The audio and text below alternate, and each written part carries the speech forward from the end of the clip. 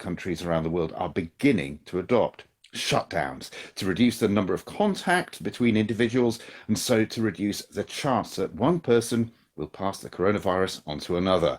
Particularly important given, as we heard last week, asymptomatic carriers are significant players in the transmission of the pandemic. But what's the target? How do we know if we have shut down enough? Well, the numbers are in from China, where the spread has almost been halted. Marco Ajelli is an epidemiologist in Italy who's been collaborating with Chinese researchers over the past few years to see how social and work contacts help to spread flu. It was simple this year to refocus their social surveys onto COVID and measure the impact of the lockdown. The change in patterns, he says, was dramatic. The amount of reduction is really impressive because you can imagine that it is of the order of 7-9-fold decrease. So it's a huge decrease of contacts. We can say that more or less individuals makes about 15 contacts per day. We measure about 15 in Wuhan and we measure about 20 in Shanghai. And the reduction was from these kind of values to about 2 contacts per day. It means that the strategy is working really well in decreasing the number of contacts. But it's not just decreasing the number of contacts. It's very important to understand with whom these contacts are made. And what we estimate is that about 75 to 95% of contacts are made with household members only. You are meeting substantially the same person over and over again. So my 2 contacts today are just with 2 household members, and then tomorrow will be again the same 2 household members. So my chance to spread the infection are very limited because I always meet a very few people and they are always the same. And when you were talking about meeting 15 people, presumably those are the 13 or 18 other people that they may have been meeting in Shanghai, those would typically be people outside the household. Is that right? Exactly. If you are a worker, probably you meet every day with the same 5 or 10, depending on your job, colleagues.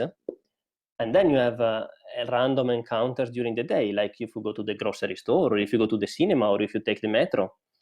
And so you meet another 5 or something like that, on average, other person per day. When you say contact, is there any kind of minimum definition of that? Just paying the shopkeeper, does that count as a contact, or is it this sort of magic 15 minutes within 2 meters that people seem to worry about? What we usually use is the definition of contact that is done generally for the study for influenza, because we assume that the transmission is similar to influenza. Contact is when you have a two-way conversation, of course in physical persons, with another individual. But we didn't put a constraint about the timing of the conversation. So even if it's a short conversation of 5 minutes, it counts as a contact. But if you just exchange a few words like, hello, how are you? Fine, thanks, and that's it, this is not recorded as a contact. So you have to exchange at least a bit of conversation with another person.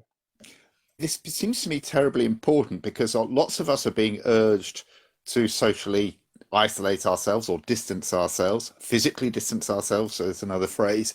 And we may think we're doing it, but actually we're not doing it enough. And it seems to me that's why the numbers you're quoting are terribly important. Yeah, I can give you this kind of intuition of the problem. Probably the most important parameters regulating the spread of the epidemic is called the reproduction number. The reproduction number substantially measures the average number of people that one infected individual infects. So a reproduction number equal to 2, it means that on average, one infected individual infects or generates 2 cases, okay? Yeah. So here you can imagine for this epidemic, this value is about 2 or about 3. Since this is proportional to the number of contacts that you have, and you want that this number is go below 1, because if it is lower than 1, so if you infect less than 1 person on average, the epidemics will die out after a certain time because you're not infected enough people.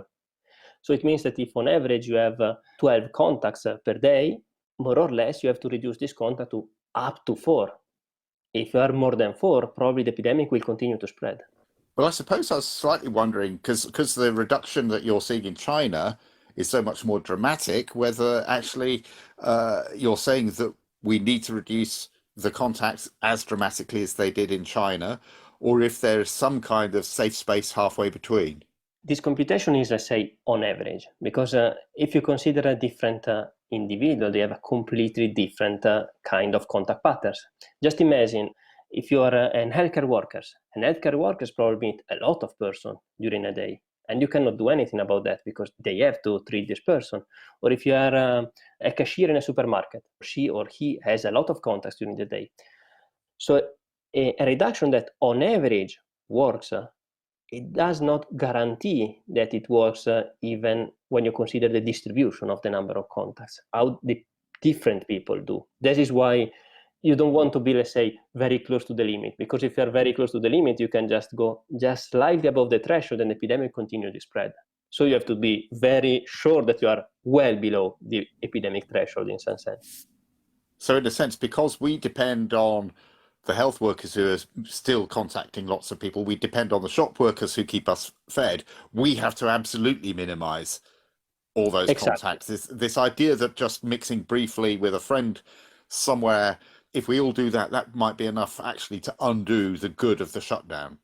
This is exactly the problem, because people tend to say, oh, but I just met one person for 5 minutes. What does it mean? No, it can be exactly the kind of context that brings the epidemic just above the threshold, so you can see the spread of the epidemic just because of that. So it's really important to limit any kind of interaction, because as you said, we have to consider that some person cannot limit their contacts. An healthcare worker, for instance, cannot limit his contacts. He or he has to go to do his job.